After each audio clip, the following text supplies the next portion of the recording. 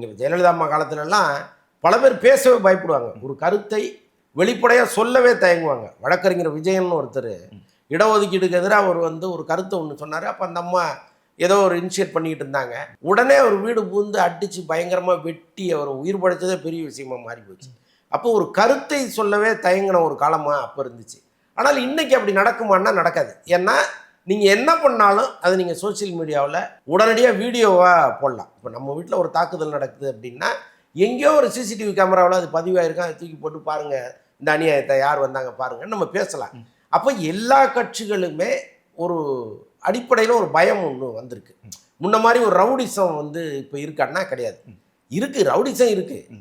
அது ஒரு வெறிகொண்டத்தனமாக, ஒரு மூர்க்கத்தனமாக, ஒரு தனிப்பட்ட விரோதமாலாம் இருக்குது. பட் இப்படி பொதுவான ஒரு விஷயத்தில் ஒருத்தர் ஒரு கட்சியை ஆதரிக்கிறாரு, அவர் வீடு பூந்து அடிங்க, அவருக்கு ஒரு எதிராக அவர் தொழிலில் தலையிடுங்க அப்படிங்கிறதெல்லாம் இனிமேல் எடுபடாது. அது எந்த கட்சியாக இருந்தாலும் எடுபடாது.